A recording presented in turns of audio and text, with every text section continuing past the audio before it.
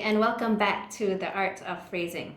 In this video, the Viola edition, we will look at a couple of passages from Beethoven's famous Fifth Symphony. Now, of course, the symphony is famous for its turbulent and intense first movement. But today we'll look at the second movement, which is a theme and variations that's peaceful and pastoral and elegant, and quite the complete opposite of the first movement.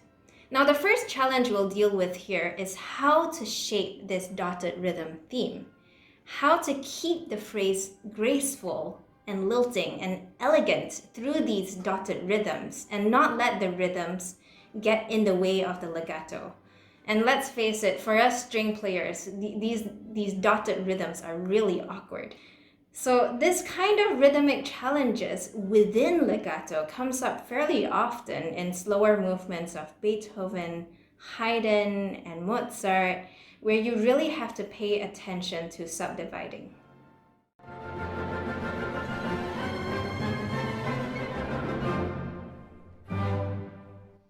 And I'm so pleased to have with me today Dr. Andrew Filmer, who will share his insights with us and show us how it's done. So let's start from how the theme looks like. So we have a 3/8 theme, 3/8 time, lots of dotted rhythms. And what does that tell you right away? Well, I think you're trying to allude to whether this sounds like a dance or not, right? I think maybe. Yeah, and I would pretend to be reading your mind, except that we did discuss this earlier. So that's where we're coming with. And I think that's a great question, Bernice, that you didn't actually literally ask, but I know that you actually asked me earlier. And it's interesting, like, would the idea of this being a dance comes as a kind of a clear, not indication, but a clear invitation anyway. There is always that sense of danceness.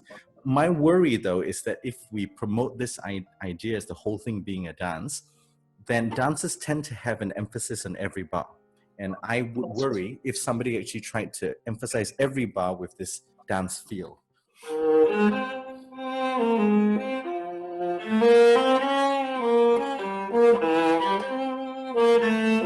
You know, I don't think that's a good idea. No. So it depends on how you, I do feel at least the very beginning feels like a dance, and then it kind of moves into a bit more of a song, you know, a beginning of a dance and a song.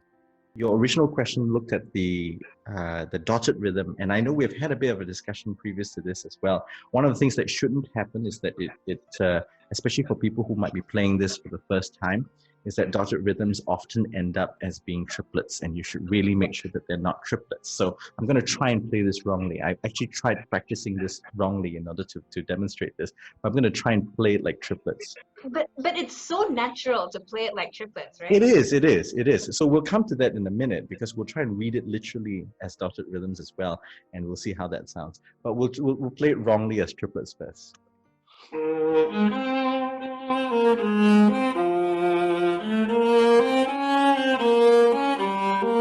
It already sounds sleepy, doesn't it?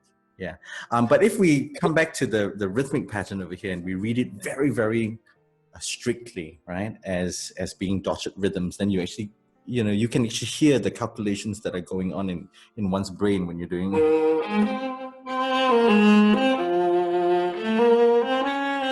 And that sounds very pedantic, right? That's the way, and it loses some of the natural feel to it. And so it's weird that it shouldn't be miscalculated as a triplet, but at the same time, it can be over-calculated, you know, mechanically as dotted rhythms as well. We've decided that this first three notes should phrase away. Okay, right? Yeah. Right. So but after these first three notes, we still have a whole lot of notes. So, right. So how would you shape this whole thing? I'm thinking that a very big marker is actually these harmonies. Right. So we have something really interesting that happens in, is it bar 4? I think we come over here to quite a surprising change of chord over here, right? When it gets, So this is the median, right? But not your Median expected to median, major. median major as well. So even if you didn't realize that, we had changed the chord in that way, surely you must hear that something unusual has happened, right? Other than it being a musical discussion, violists have to be very careful about when we have changes of string, because the viola in particular, when we change strings, sometimes you can hear the change of string very clearly. And in this particular case, you want to be very careful when you move from bar 1 to bar 2. So it's very possible that you end up doing, you bring that out, and you don't intend to, but we change our C strings because we want a deeper sound or something, and something happens. So my suggestion is get your third finger already on 2 strings, so that it forces your right hand to think that you're already on the C string as well. So that's a little suggestion that I have. Well, a common exercise that we could have is just to play on 2 strings when we practice, right? So, and that's a bit out of tune, I'm sorry, but the idea is that you're trying to make sure that the transitions of strings are a bit more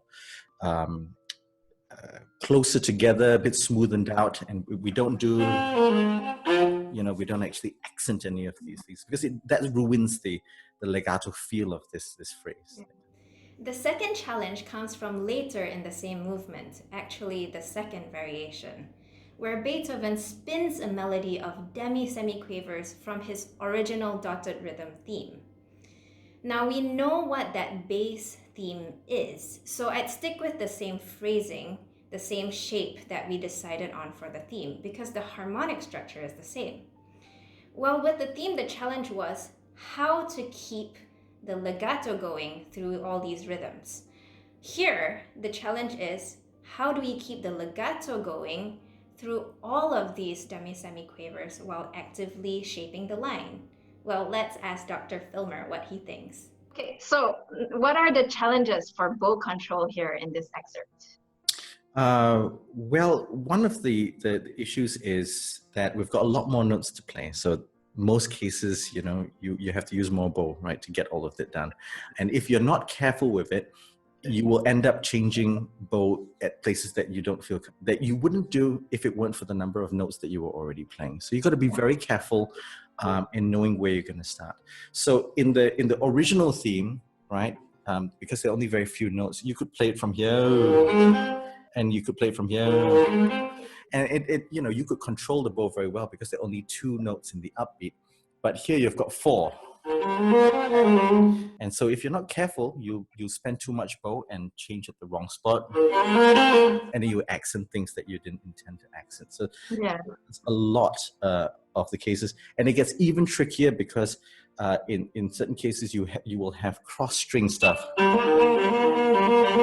and if you actually change bow in the wrong place, you'll end up you'll do a lot of flapping around, and you will just get out of sync, and it's going to be absolutely awful when you're in a viola section and you have all the violists who are getting confused with with going across the string.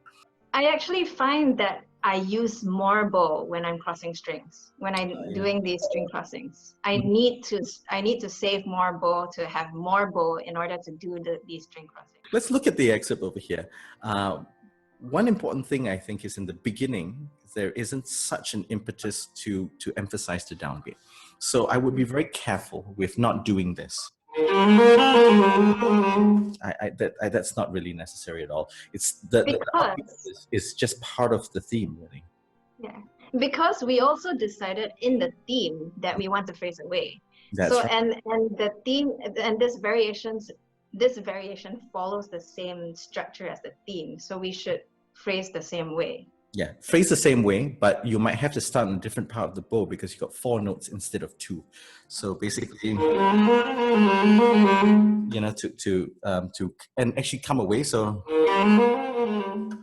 that as well. You are going to have to move the bow fast in the beginning to get that opening line. And you got to make sure that wherever you are, that you come to the right place with the down bow with enough bow to play the next 16 notes or 12 notes in a down bow. And then cross at the right place over here, because if you cross too much, then you'll have an accented. So there's so many things, there's so many factors to think about in something which looks really, you think that it might be simple, but it's really not.